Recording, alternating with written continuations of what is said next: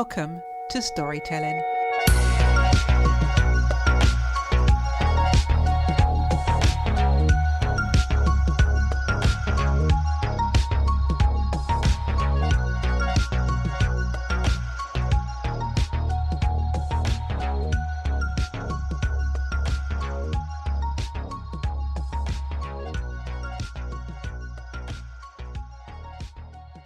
This week's guest is known for her incredible ability to connect with the soul and empower entrepreneurs to step into their true potential. She guides her clients in sharing their gifts with authenticity and deep alignment to their core values. From her humble beginnings in Uganda, she has become a highly sought-after intuitive business consultant. Please welcome Prima Jope. Hello, Prima, and welcome to the podcast. Thank you so much for having me. How are you doing? Very well. Prima, can you give us a background about your career and how you came to where you are now? Long story, but I'll try and see if I can give you a timeline. So I was born and raised in Uganda, where I am right now. And in Uganda, there's only one thing I learned early on, and mediocrity is normal. I learned that early on. When I was 13, my dad literally said this: mediocrity is the norm in this country, but if you think that you're entitled to mediocrity, I'll have no reservation but to send you back to your mother to show you who your real dad is. Because mediocrity is not in my DNA. I probably need to tell you a little story around that. My dad went to my brother's speech day, and my brother came third last of class. And that is where my dad was coming from to say, if these are the kind of grades, if this is the kind of life that you're trying to create for yourself, I'll have no hesitation but to send you back to your mom to tell you who your true dad is, because mediocrity is not in my DNA. So I got it that, I got it that if I wanted to be mediocre, I wouldn't be dad's daughter. He went along to say, just so we're clear, I expect you to be a doctor, an engineer, or a lawyer. Anything outside of that is not acceptable. And we kind of got it like that, like, oh my God, so I have to be these things. So I really understood early on that mediocrity wasn't my path. However, my dad's definition of the other side of things also didn't sound like something I wanted. When I finished school, I got a job in a telecom company, a $3 billion company, MTN. And that was like a dream job for most people. And so I was like, I must be successful if I'm in this company. And so I was in the job for 6 years, and I kid you not, I was literally checked out. Nothing made sense. Climbing the ladder did not make sense, did not light me up, and I was miserable. I very quickly understood that the fastest way to misery is to keep doing things that I don't like doing. Mm-hmm. And that is how I quit my job and started a business. Why not? I started a business because I felt like, business freedom, I'll be happy. And so I started a business. That was in 2014. It was a fashion business. I was styling men. I was actually having fun with this. But what happened in 2020, the business closed down because COVID came and nobody cared to dress. No one cared to look good. No one cared. People were just in that survival mode of, how do I leave my wife and not kill her? That is the only thing that people cared about. So I very quickly realized that I didn't have a business. And so really very fast, I learned one thing, which was you either pivot or die. So if you're in business and things move, you either pivot or just become irrelevant and get out of business. And so I really quickly understood that the fastest way to get out of business is to get stuck to things that people don't need. That got so clear. I come online in 2020. Imagine I'm in Uganda. Internet is a hustle. Power is a hustle. Everything is like a dream. And I'm like, okay, let's do this. For 9 months, nothing. No one came. No one bought. I was posting content. I was inspiring people. I was talking about my gifts and my calling. Nobody cared. 9 months later, I learned one lesson. If you keep doing what you're doing, you'll keep getting the same results you're getting. And so what I decided to do is I decided I was going to start talking to people, not on my Facebook profile, not in a Zoom room of like one-to-many. I said, I'm going to talk to people one-on-one. I'm going to find out what they want, and I'm going to make sure that if it's in my gifts, I give it to them. There was one lady that was top fan. Facebook would send me messages like, this is your top fan. Create a post to celebrate them. And I'd be like, So I sent her a message. I was like, hey, would you be willing to sit with me in the Zoom room? I'd like to ask you some questions. So she was like, I'll be honored. I get her in a Zoom room. Long story short, Debbie, by the end of that call, I had made $2,000. Mm-hmm. And so that was another hard lesson. Whatever sales you're looking for, whatever the success you're looking for, whatever it is you're looking for can be solved by one problem, one thing, which is talking to a customer. So I realized that all the things I was having in business that were a problem, or the questions I had, or the assumptions I had, if I had sat down with someone, I would have solved that. So that's how I solved all of my questions in business, by talking to someone who said, you know what, I would be willing to pay you for this thing, where I was trying to sell everything else and no one would pay me for. So I get my lesson, I start building. 2 years later, that was like by 2023, that business was a multiple six-figure business. People were moving from like 0 to 100K with their messages. It was hugely successful. But something happened. Clients would message me and say, oh my God, I just got a divorce. I can't be online. Life would happen to people and they would disappear. A client would be so successful, making multiple six figures, and then boom, a divorce. And that is how they would disappear with their message to the cemetery of messages. And I was like, And then before I knew it, someone else would just disappear. And then I would follow up and be like, what happened? Like, life happened. Mm-hmm. And I'm like, So I'm over here making people money, and then they go and life happens to them, and that's it. They get their whole gifts and bury it in a cemetery because life happened. But it didn't click to me until in 2023, my best client, like literally somebody who had made $250,000, had a health issue. She donated her kidney to her mom, and she couldn't recover from that. Like, her body was literally shutting down. This client of mine was dying in my eyes. And she told me, Prima, you've helped me a lot. You've been like my sister to me online. But there's one thing that I need to tell you before I die. She was convinced that she was going to die. She's like, if I die, my only regret is that I will have died a best kept secret. Mm-hmm. And that is the only thing that I think that if you changed about the work you do, that it would be very helpful to people. You help people make money, but if you can help people stop being a secret, if you can help people get seen by the people whose gifts rely on them, that would be helpful. And I'm like, okay, I think I have to do this. I take that message, I go to the market, and I'm like, how can I help this lady get back to her feet? Mm-hmm. I didn't know what to do. The doctors had given up. Nothing was working. Like, literally, her body was shutting down at that point. I finally discovered healers, and they told me they understand what was happening to her. Apparently, she wasn't regulated, she was in survival mode, and that is why she wasn't healing. And I'm like, that's interesting. So I got her on a call with a healer, and I kid you not, 2 weeks later, she was back on her feet. I don't know how, but she was back on her feet. Mm-hmm. She went to the hospital, and the doctors were like, we cannot imagine this. Like, what happened? They still cannot tell the jump. That is how this client of mine came back to her life, like literally got back up. And that is when I decided that I was going to help people who had life-changing work stop being the best kept secret. Because really the lesson I got in 2023 was that my way of creating success for people was shallow. The money enough wasn't the end goal. Like, money enough wasn't success, because what use is money if life puts you in a corner and has you really disabled. And so that is how I started to create this work, which really now looks at business as holistic.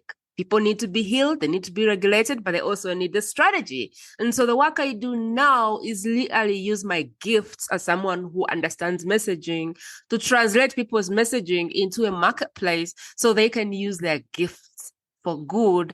And my hope really is that with this, we'll end suffering in the world. Listen, I want to touch a bit more about your experience with your client. But before we do that, I want to just go back to your early years when you had the expectations from your parents that you would be a lawyer or a doctor or some other profession that would meet their approval. How did you navigate that transition from corporate to running your own business? What was their response at the time? My mom was a business person. And so she always had my back, and she always told me, yes, if you want to do business, you can.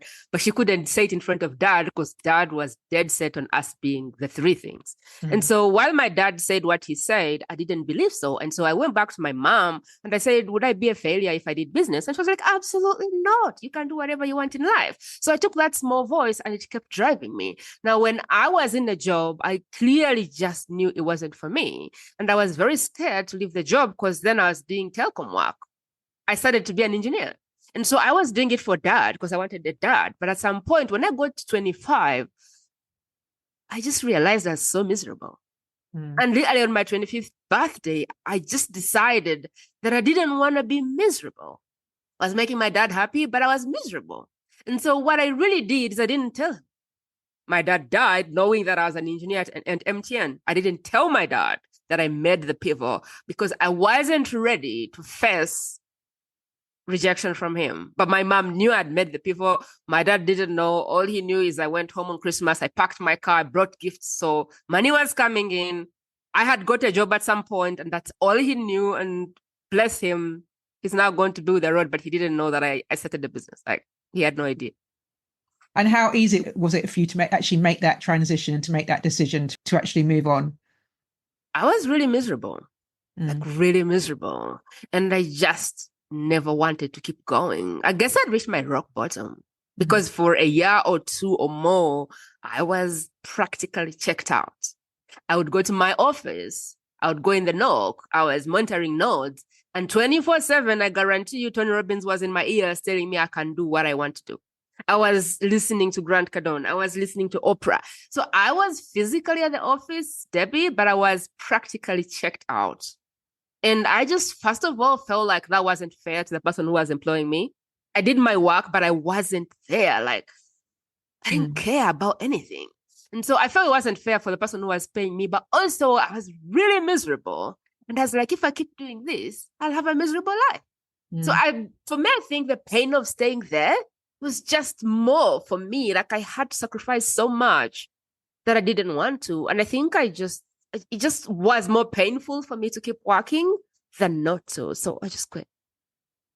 What I really found fascinating was when you said, despite all your business success, you realized that there was more to success with a business than monetary, basically.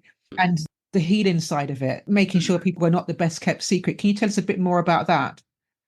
I didn't know. When I started the business, it was more like get paid for your skills. You know, my thing was actually get paid or go home. Like, if you said monetization, my name would come up. If you said make money or go home, that was my Google kind of thing. People knew me for, if you want to make money, this is where you go. What I didn't understand is that people were at different levels in their life. And I very quickly began to understand that you can't separate the person from the brand.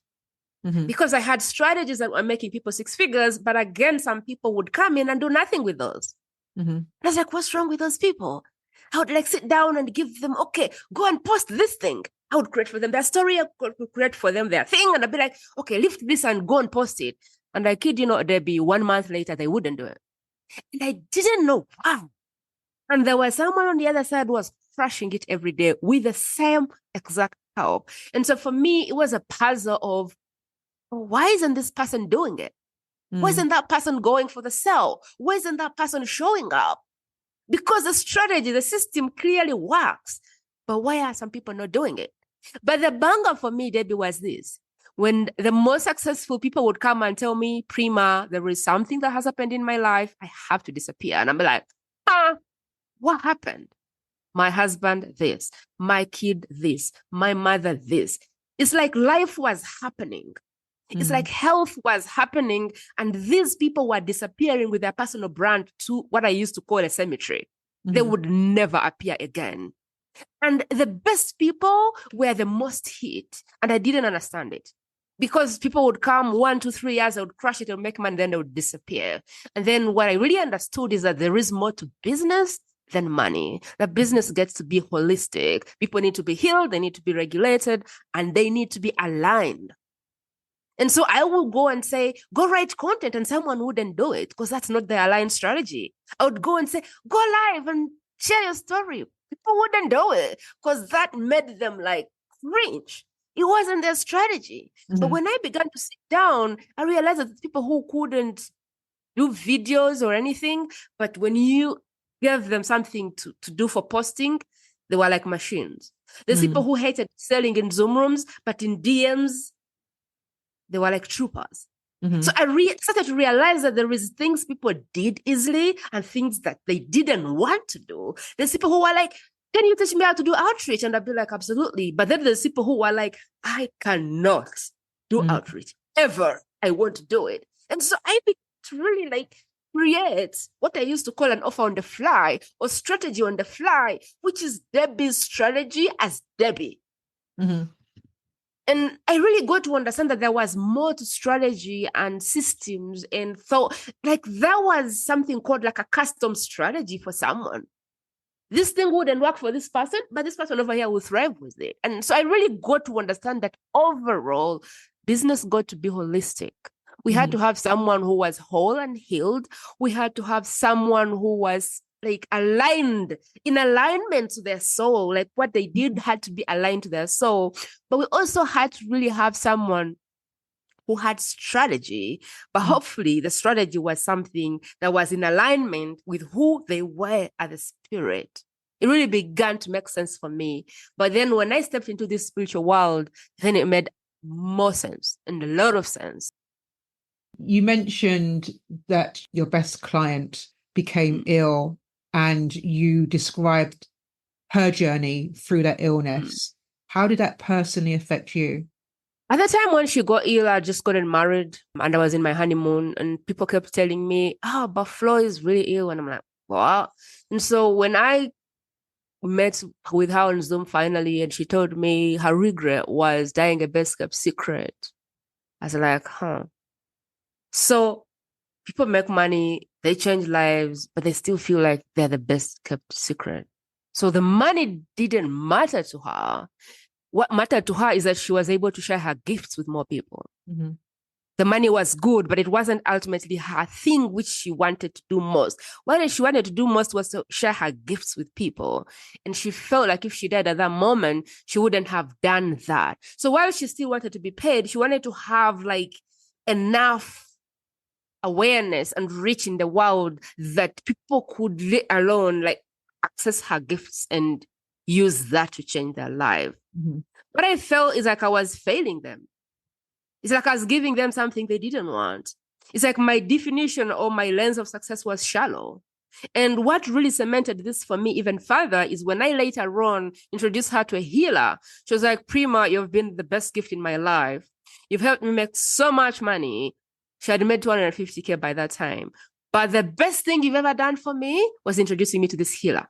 And then it just clicked, like, nothing matters if I don't help people to get, like, the whole person needs to be successful. It's not just the money. I realized like I was just being shallow with my business. It's just not the money. The person needs the health and they need the love and they need, like, holistically, the person is the person. And you can't just help the business and let the person be. Like, the person will come in the business. The person is the business, especially for solopreneurs. We can't separate the person from the business. And so for me, it affected the way I looked at business and the way I showed up, because today I look at business as a holistic adventure and not just what strategy we need. I'd be like, okay, where are you in life? Where are you with your healing journey? Do we have some stuff that is coming up? Do we need to get a healer involved? Where are you when it comes to your purpose, your mission, everything? Are you building a business to make money, or are you building a business because you've identified your uniqueness and you're immersing yourself in your uniqueness with the business? So really for me now, my question when I work with someone is, why are we trying to do this? Ultimately, what's the purpose of this? And then I go to, where are you with your journey of healing? Like, is anything coming up that will be a problem? And then 3, what is your strategy? What is the strategy that is aligned to your soul? That really, for me, is now how I look at business. And before, it was just holistic. It was just business, like as a whole. And then I had this system, and I expected people to do A, B, C, D to get the result. But now I know that maybe someone will do A, C, Z because of just how they are as a person. Now I know that there's a blueprint for everyone. Mm-hmm. Now I know that not every strategy is for everyone's DNA. And so really now my business approach is more holistic than it was before. And this client really made me understand what gift I had to be using. Where I can help people make money, my front gift is really translating the soul and clearing that core message, which then leads to the monetization. Before, I fronted my monetization gift and the message came second. Mm-hmm. Now, it is the message first. It is the gifts first, and then the monetization after that, if it makes sense. That's a very important lesson for anyone listening. What top 3 tips would you give to someone who they're thinking, okay, I'm ready to start a business, but their focus might just be on that money aspect first? What top 3 tips would you provide someone who is thinking of starting out, or even they're thinking of leaving a corporate world to actually start out? What would you advise them? I think I'd give them one advice, not 3. Mm-hmm. And that advice would be just be clear, like, why you're starting the business. Because if you're starting the business to make money, then that business needs to make money. And if it doesn't give you joy, that's okay. Because it's not a joy business. It's not a fulfilling business. It's not supposed to speak to your purpose. It's just supposed to make you money. And so hopefully if you start a business to make you money, then you need to sell it at some point. But if you start a business for the reason of, this is my purpose, I am finding my uniqueness, and I'm using my uniqueness to serve everybody else, then that is a business that can give you the purpose, the joy, but also bring the money. Mm-hmm. So you can start, I don't know that there is a wrong or right way to do it. I think you can ultimately just start a business to make money. That's okay. But then don't expect that business to give you the things that it won't give you, like joy, like purpose, like fulfillment, because that's not why you started it. And this is what I know, Debbie. Business is hard. It's hard. Things get to be hard. Clients quit. Things don't work. A lot of things don't work. What people don't tell us when we start business is that a lot of things won't work. Out of every 10 things you try, 1 might work. Mm-hmm. And you need to figure out how to keep moving when things are not working. When things are not working, I think about my purpose. When things are not working, I think about what it means for me to quit. When I think about purpose, I think how many people are going to get their gifts and take them to the cemetery. When I think about what's not working and how disappointed I am, I think about why I'm on this planet in the first place and if I have fulfilled my mission. When you're creating a business to make money and you've just gone to the most lucrative thing or the next funnel because it works, it really gets hard when things don't work. Mm-hmm. And you might as well find yourself a deep reason why you need to keep moving, because life will get hard, business will get hard. And the only thing I can say is you better anchor that business to a why, a reason why you need to keep moving outside of your own self. That's all I can say for someone who is like, money, money, money. Money is great, but money is a surface need. Once you get the money, then you realize you're empty. You realize it's not enough. That is why you can't get away buying stuff. You buy a next car, next thing, and you're like, what? I'm still unhappy. And then you buy more stuff, and you even feel like there's a deeper hole. And so if you're starting a business to make money, understand that you might be challenged when things get tough. But if you can find your way of anchoring whatever the business you're building around a deep reason why you need to do it besides the money that is outside of yourself, it might still work. But hopefully at some point you sell it. If you start to get a craving for passion, for joy, for fulfillment, then you need to create a business that gives you those things.